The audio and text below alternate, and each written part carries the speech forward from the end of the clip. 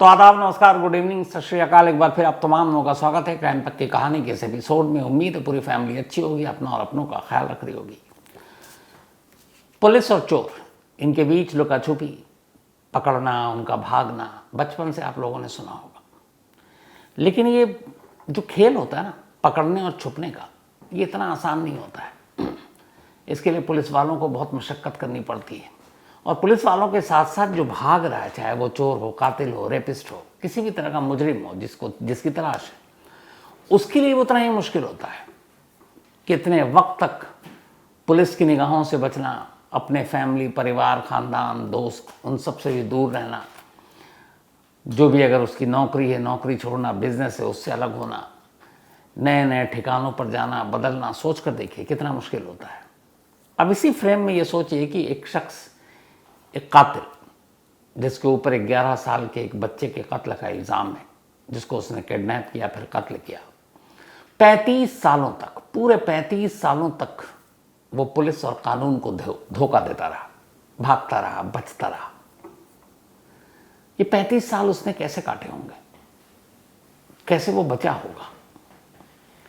तो ऐसे कैरेक्टर की कहानी समझना भी बड़ा ज़रूरी होता है कि जब ये लोग भागते हैं, पुलिस से डर कर इधर उधर छुपते हैं कि पकड़े ना जाए, तो उस वक्त उनकी ज़िंदगी कैसी होती है। सिर्फ ये नहीं कि वो बाद में पकड़े गए, इतने साल बेवकूफ़ बनाया पुलिस को या धोखा दिया। ये 35 साल काटे कैसे? हो सकता है बहुत सारे मुजरिम इससे फिर सबक लें और वो कोशिश करें कि एक तो क्राइम ना करें, दूसरा ये कि फिर भागे भी नहीं, क्योंकि वो और भी ज़्यादा तकलीफ़ देने वाली चीज़ होती है। आज की कहानी एक ऐसे कातिल की कहानी है जो पूरे 35 सालों तक पुलिस को चकमा देता रहा, 35 सालों तक भागता रहा। और 35 साल के बाद जब वो भागा था, जब वो आरोपी था, तब उसकी उम्र करीब 30 साल रही होगी। और 35 साल बाद जब वो पकड़ा गया तो एक बूढ़ा शख्स, एक अधेड़, 65 ईयर ओल्ड। लेकिन उसके इस 35 सालों की कहानी बेहद दिलचस्प है। ये कहानी पंजाब की है। पंजाब के एक इलाके में, जिसका नाम है उस इलाके का कैंप बाला। कैंप बाला में एक परिवार रहा करता था। एक महिला थी, विद्यावती, वो अपने पति के साथ रहती थी। उसका एक बेटा था 11 साल का। परिवार बेहद खुश था, खेतीबाड़ी की ज़मीन थी, सब कुछ ठीक ठाक चल रहा था। तो एक दिन विद्या बाला अपने 11 साल के बेटे को लेकर, बल्कि विद्यावती, माफ़ कीजिएगा, बेटे को लेकर खेत की तरफ से गुजर रही थी। वहाँ पे थोड़ा सन्नाटा था, गांव का इलाका। तभी वहाँ गांव के ही 3 लोग उसको टकराते हैं। उनमें से एक का नाम था पप्पू, एक का नाम जसवंत और एक का नाम आनंद कुमार। वो तीनों, चूँकि विद्यावती ठीक ठाक फैमिली से थी, गहने वहने पहने हुए थे, उन्होंने चाकू निकाला, विद्यावती से सारे गहने उतरवाए और फिर और पैसे की मांग की। विद्यावती ने कहा हमारे पास कुछ है नहीं। तो उन्होंने उसको टॉर्चर भी किया और फिर और पैसे मांगने के लिए उन्होंने उसके बेटे को छीन लिया। वो रोती रही। उन्होंने कहा चुपचाप तू बाकी के पैसे ले आ, वरना तेरे बच्चे को मार देंगे। और वो तीनों बच्चे को लेकर चले गए। बदहवास विद्यावती अपने घर पहुंचती है, आकर सारी बात बताती है। गांव के तमाम लोग अब विद्यावती के साथ उस जगह पर पहुंचते हैं, उसके बच्चे को ढूंढते हैं, कहीं कोई सुराग नहीं मिलता। पुलिस में मामला दर्ज कराते हैं। अगले दिन इस इंसिडेंट के, ये इंसिडेंट है 18 जनवरी 1989, 18 जनवरी 1989, यानी आज से ठीक 35 साल 3 महीने पहले। तो पुलिस अब तलाश करती है। अगले दिन शाम तक उसी इलाके के करीब एक जंगल है, उस जंगल में पुलिस जाती है तलाश करने और वहाँ उस 11 साल के बच्चे की लाश मिलती है। चाकू से उस पर हमला किया गया था, बच्चे की मौत हो चुकी थी। अब पुलिस विद्यावती के बयान पर केस दर्ज करती है। चूँकि वो उसी इलाके के थे तो 3 नाम थे और उन तीनों नामों को पुलिस अपनी FIR में दर्ज करती है। एक का नाम पप्पू, एक का नाम जसवंत और एक का नाम आनंद कुमार। अब पुलिस इन तीनों की तलाश शुरू करती है। तो पप्पू और जसवंत तो पुलिस के हत्थे चढ़ जाते हैं अगले 2-4 दिनों में। आनंद कुमार भाग जाता है। अब ये इंसिडेंट पंजाब के कैम्बाला का है और आनंद कुमार रहने वाला बिहार का। अब चंडीगढ़ के करीब मामला था। चंडीगढ़ की पुलिस केस दर्ज करके अब उसे ढूंढती है, उसके घर पर भेजती है, दबिश डालती है। कई दिनों तक गांव में पुलिस पड़ी रहती है, लेकिन वो आता नहीं है गांव में। तलाश जारी रहती है। जहाँ जहाँ खबर मिलती, इन दोनों से जो पकड़े गए पप्पू और जसवंत से, उनसे जो क्लू मिलते पुलिस उसके हिसाब से मतलब करीब आधा दर्जन स्टेट तो छान मारा, लेकिन आनंद कुमार कहीं मिला नहीं। इस दौरान में कोर्ट में अब मामला गया। 1990 में एक कोर्ट ने आनंद कुमार को भगोड़ा करार दे दिया। अब इसके बाद भी पुलिस की टीम लगातार धक्के खा रही है, आनंद कुमार का कोई सुराग नहीं। धीरे धीरे अब वक्त बीतता है, 89 से 90, 91, 92, 93, लगभग 30 साल बीत जाते हैं। आनंद कुमार का कोई अता पता नहीं। और अब तो चंडीगढ़ पुलिस भी भूल गई कि ऐसा कोई केस भी है, क्योंकि अब 30 साल पुराने केस या फाइल में कहाँ झाके, बल्कि 30 नहीं 34 साल हो चुके थे। तभी हर स्टेट में आजकल एक नई अच्छी चीज़ हुई है, पहल वो ये हुई है कि जो भी एक पुराने केस, पेंडिंग केसेस होते हैं जो अनसॉल्व है, उसकी फाइलों पर एक बार हमेशा एक मीटिंग होती है, उस पर अपडेट मांगा जाता है कि इसमें क्या हुआ, इसमें क्या हुआ। तो चंडीगढ़ पुलिस के एक सीनियर अफसर की नज़र इस 34 साल पुराने केस पर पड़ी। ये बात है लास्ट ईयर की, 2023 की। वो सारी केस स्टडी की उन्होंने, FIR और ये सारी चीज़ें। अब इधर ये था कि 89 में जो 2 लोग पकड़े गए थे वो अपनी सज़ा काट के बरी भी हो गए, लेकिन जो तीसरा है वो पकड़ा ही नहीं गया। तब अपडेट लिया गया तो पता चला कि फिर बीच में तो भूल ही गए थे, फिर नए सिरे से सारे सोर्सेस को जिंदा किया गया। उसके बाद पुलिस इधर उधर भटकी। तभी पुलिस को एक जानकारी मिली। जानकारी ये थी कि कुछ वक्त पहले उसके गांव में एक साधु आया था, और वो साधु लगातार गांव में ही था, फिर कुछ दिन उस घर पे भी गया और फिर निकल गया। अब ऐसे कुछ केस पुलिस को याद आ गए।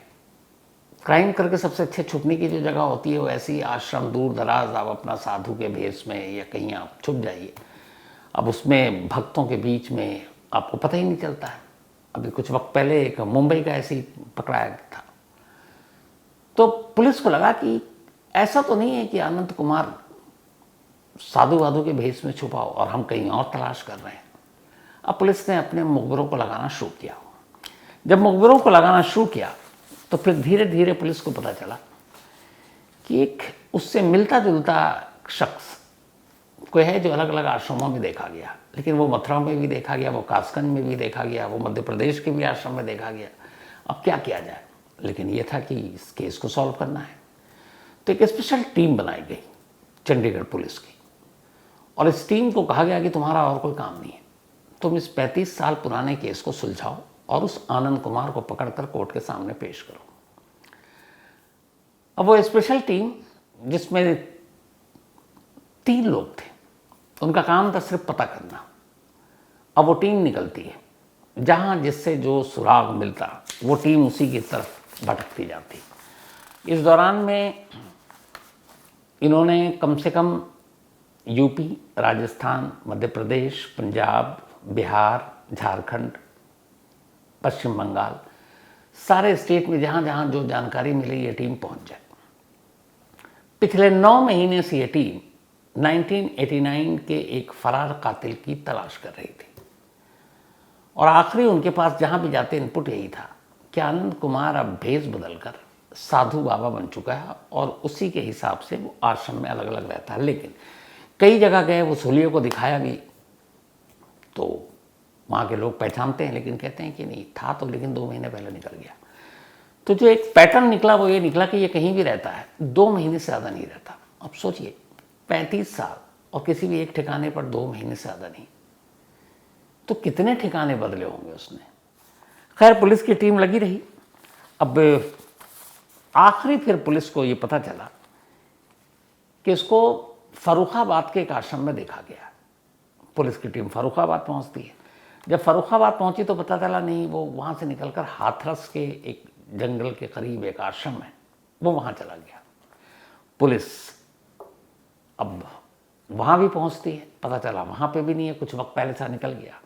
फिर पता चलता है कि वो अलीगढ़ में, अलीगढ़ पुलिस जाती, फिर पता चलता है मैनपुरी में, मैनपुर जाती है, फिर पता चलता है कि कासगंज में आखिरी। अब पुलिस कासगंज पहुँचती है। अच्छा, ये जो पुलिस की टीम है ये खुद फ़कीर या फिर साधु, इसी हुलिये में, कोई पुलिस की वर्दी नहीं, और लगातार भटक रहे हैं। और सोचिए 9 महीने से एक कातिल को ढूंढ रहे हैं अलग अलग ठिकानों पर, आश्रम दर आश्रम भटकते भटकते भटकते आखिरकार 4 दिन पहले की बात है, ये कासगंज के एक आश्रम में पहुंचते हैं। जब कासगंज के उस आश्रम में पहुंचते हैं तो वहां उस हुलिये का एक शख्स उनको नजर आ जाता है, दाढ़ी बड़ी हुई साधु के भेष में। तो पहले उस आश्रम के लोगों से लोग ऐसी पूछताछ करते हैं, बाकी लोगों की पूछताछ शुरू करते हैं ये, ताकि शक ना हो। फिर उसका पता चलता है ये कब से है, तो पता चला कि ये भी 2 महीने से आया। तो उन्होंने कहा कि फिर उससे अब कैसे बात करें, तो गए। उसके बाद चेक भी करना था, तो कहा कि हमें पूजा पाठ करानी है और कुछ हमें दान दक्षिणा देनी है, हम मन्नत मांग करें। तब ये फकीर के वैसे भेष में थे। वो तैयार हो गया। उसके बाद जगह और वक्त तय, और ये लोग लगातार नजर रख रहे हैं। उस जगह और वक्त में जैसे ही वो पहुंचता है, पुलिस वालों का शिकंजा उसके हाथ में, और उसके बाद वो उसके नाम से पुकारते हैं आनंद मोहन। वो घबरा जाता है। फिर उसे लेकर वापस वो चंडीगढ़ पहुंचते हैं। 35 साल से फरार आनंद मोहन गिरफ्तार हो जाता है। लेकिन पुलिस के मन में अब भी एक सवाल बाकी था कि इन 35 सालों तक इसने कानून को कैसे उलझाया, क्या इसने किया, कैसे बचा, कब कब कहाँ कहाँ छुपा रहा, भागा। तब उसके बाद उसकी कहानी आई। उसने कहा कि जब उसने 89 में 18 जनवरी को चंडीगढ़ के करीब उसे 11 साल के बच्चे का कत्ल किया अपने 2 साथियों के साथ मिलकर पैसे के लालच में, तो उसे पता था कि अब उस विद्यावती के वजह से वो पकड़े जाएंगे। तो फिर ये हुआ कि तीनों अलग अलग निकल लो, एक साथ नहीं। तो वो दोनों अलग चले गए। अब उसे ये भी पता था कि मैं घर जाऊंगा अगर बिहार, तो घर पे भी पुलिस की टीम पहुंच जाएगी। तो वो इधर उधर कहीं नहीं गया, वो वहां से सीधे निकला और अलीगढ़ पहुंच गया। अब अलीगढ़ कुछ पैसे थे, उससे कुछ दिन रहा इधर उधर भटकता हुआ, लेकिन अब क्या है, कानून से भी भागा हुआ है, बचना भी है। तो अलीगढ़ में रहने के दौरान उसने देखा कि अलीगढ़ के ताले बड़े मशहूर हैं और यहाँ तालों का अच्छा खासा कारखाना, और 89 में तो काफ़ी कुछ था। तो वहीं एक ताला चाबी की दुकान में काम करना शुरू कर देता है, जो बनाया जाता था जहाँ। उसे ठीक ठाक पैसे मिल रहे हैं, सर छुपाने के लिए जगह मिल गई है, अपना ताला चाबी का काम कर रहा है। वो वहीं अलीगढ़ में रहा। लेकिन फिर उसे लगा कि नहीं, अगर ज़्यादा दिन रहेंगे क्या पता कोई किसी तरह से पुलिस पता कर ले। तो उसने कहा कि यहाँ पर टिकना ठीक नहीं है। कुछ ही महीने उसने काम किए। उसके बाद वो वहाँ से सीधे निकलता है और उसके बाद वो पहुँच जाता है आपके सोनीपत। सोनीपत जाने के बाद वहाँ पर कुछ मजदूरी का काम करता है, फिर वहाँ से भी फ़ौरन निकल लेता है। अब पहुँचता है पानीपत। पानीपत में सब्जियों और फल की बहुत बड़ी मंडी है, और वो हमेशा ऐसी जगह देखता था जहाँ भीड़ भाड़ बहुत लोग हों, क्योंकि ऐसे में किसी एक अनजान कौन बाहर से आया उसको पहचानना आसान होता है। तो वो पहुँच गया कि पानीपत की फल और सब्जी मंडी में, और वहाँ उसने नौकरी कर ली। अब वो पानीपत में कई महीने तक नौकरी करता रहा। फिर इस दौरान में पानीपत से निकलता है वापस यूपी के अलग अलग, कभी शाहजहाँपुर, कभी मथुरा, कभी कासगंज, कभी शाहजहाँबाद, कभी मध्य प्रदेश, इधर उधर भटकता भटकते भटकते फिर ये झारखंड पहुंचता है। अभी तक कि जहाँ जाता मजदूरी नौकरी जो भी मिलता करता और अपना छुपता रहता। परिवार से कोई कांटेक्ट नहीं। उसे मालूम था कि फैमिली के पास जाएंगे, उस वक्त मोबाइल भी नहीं था, तो कांटेक्ट कहाँ करें, घर में फ़ोन भी नहीं था, लैंडलाइन, तो क्या करें। लेटर लिखने का था, उसे इतना पता था कि लेटर लिखेंगे तो वो जो स्टैम्प आएगा फिर वो पता चल जाएगा कि किस शहर से भेजा है, तो पुलिस वहाँ तक पहुँचोगी, क्या पता, डर था कि उस तक ना पहुँच जाए। तो खैर ये बचते बचाते वो पहुँचता है झारखंड। झारखंड में जाने के बाद रांची में पहली बार वहाँ कुछ दिनों तक काम करता, फिर देखता है कि शहर के बाहर एक आश्रम है, वहाँ बहुत सारे साधु बाबा रह रहे हैं। पहली बार उसे वहाँ ख्याल आता है कि अगर मैं इनके साथ रहूँ तो सेफ हूँ, क्योंकि ऐसे आश्रम में साधुओं के बीच ये सब कौन ढूंढने किसी को आता है। अच्छा 89-90 की उस वक्त की बात है, तो ये इतना सारा सोशल मीडिया, क्राइम, क्रिमिनल, आश्रम में पना, ये सब था ही नहीं। इतना था भी तो बहुत पता कम चलता था। तो पहुंच गया अब झारखंड के एक आश्रम में, और वहीं उसने पहली बार साधु का गेटअप धारण किया। वहाँ रहा, उसका झारखंड के अलग अलग आश्रम में पहुंचा, फिर वहाँ से निकला हरिद्वार गया, यूपी, उसके बाद एमपी, इनके अलग अलग आश्रम में रहता रहा। लेकिन इन सारी चीज़ों के बीच में एक बार उसे लगा कि घर जाना है। वो घर पहुंचा और एक साधु बाबा पहुंचे, और इस एक 35 साल में की गई गलती ने वहाँ के कुछ लोगों को चौकन्ना किया। और फिर इधर 34 साल बाद ये केस दोबारा जब पुलिस ने खोलने का फैसला किया, तो 9 महीने की कोशिश के बाद आखिरकार 9 महीने तक सिर्फ एक शख्स को तलाश करना है। आप सोचिए, हम 140 करोड़ लोग हैं यहाँ पर, तो कई बार कहना आसान होता है, लेकिन आप सोचिए कि एक शख्स को आपको ढूंढना है जिसका कोई नंबर नहीं, कोई और जरिया नहीं, और उसको मतलब मैन टू मैन तलाशी होनी है। और आखिरकार 9 महीने की मशक्क़त के बाद चंडीगढ़ की पुलिस की टीम ने यह कर दिखाया, और 35 साल पुराना कातिल अब कानून के शिकंजे में है, और अब अदालत में उसका हिसाब किताब होगा। तो ये थी आज की कहानी ख़त्म करूं उससे पहले वही अपना सिलसिला। आज आदित्य का बर्थडे, तो हैप्पी बर्थडे आदित्य। और ये भेजा है अतुल गौड़ जी ने। अतुल गौड़ जी के बेटे हैं आदित्य, और आदिति गौड़ आदिति के भाई हैं आदित्य। साथ ही अनाया, इनका भी आज जन्मदिन है, तो हैप्पी बर्थडे अनाया। और ये भेजा अलीम खान ने, उनकी बिटियां हैं। सायान मुखर्जी, कल इनका बर्थडे था, बिलेटेड हैप्पी बर्थडे सायान। कल आपने बताया नहीं, और मुझे भी आपने, मुझे याद है जब मिले थे आपने बताया था, मैं भूल गया, लेकिन कोई बात नहीं, बिलेटेड हैप्पी बर्थडे सायान। साथ ही एहसान अंसारी का भी जन्मदिन है, तो हैप्पी बर्थडे एहसान। और पक्का फिर कभी एक बार ज़रूर केक जब कटेगा तो कोशिश करेंगे हम लोग साथ हों। Bhupendra Singh, belated happy birthday इनका भी, कल 19 को था, तो हैप्पी बर्थडे भूपेंद्र। साथ ही अशरफ लखानी, इनका भी बर्थडे है, तो हैप्पी बर्थडे अशरफ। इसके अलावा रूपेश्वर और दिलेश्वरी, इन दोनों की मैरिज एनिवर्सरी है, तो आप दोनों को बहुत बहुत बधाई।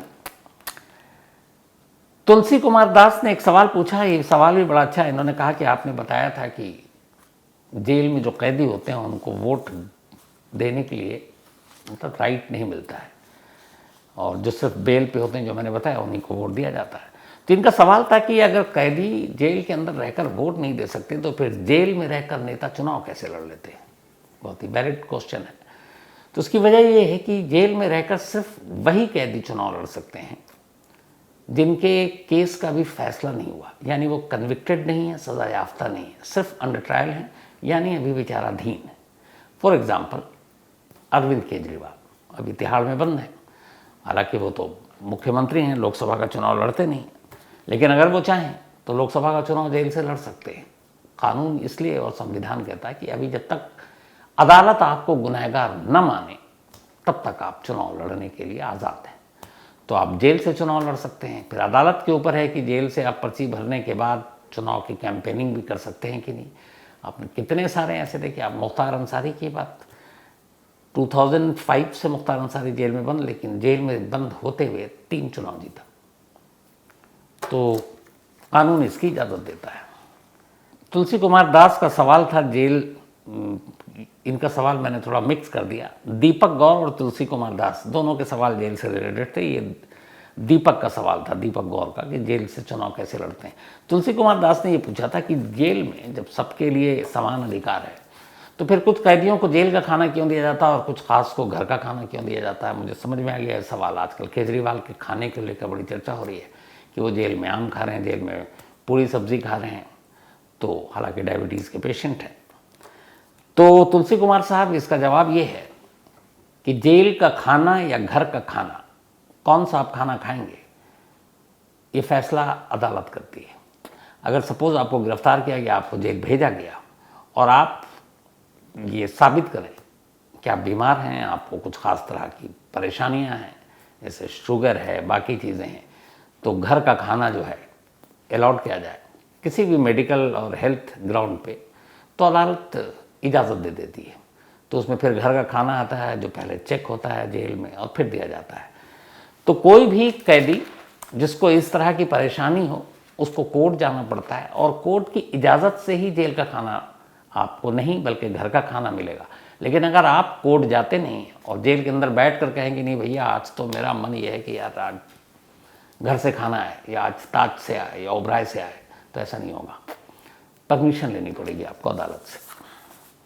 Suresh Kumar Rana, thank you so much. Hemant अजाब एक कहानी की फरमाइश की है। शिव सोंगरा, अमर सिंह चमकीला की कहानी सुनना चाहते हैं शिव, लेकिन ये मैं सुना चुका हूँ, आपको क्राइम तक कहानी की लिस्ट में मिल जाएगी, बल्कि इसको मैंने 2-3 साल हो गए सुना हुए।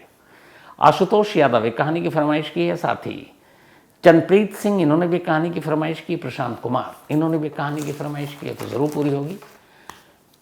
तो कहानी में आज इतना ही। कहानी में अब आपसे मुलाकात होगी मंडे रात 9 बजे, लेकिन कल संडे है तो कल फॉलो अप, पुराने केसेस, गड़े मुर्दे। फॉलो अप में कल की कहानी एक 2.5 साल की बच्ची का कत्ल और फिर अदालत का एक फैसला और कातिल को फांसी की सज़ा।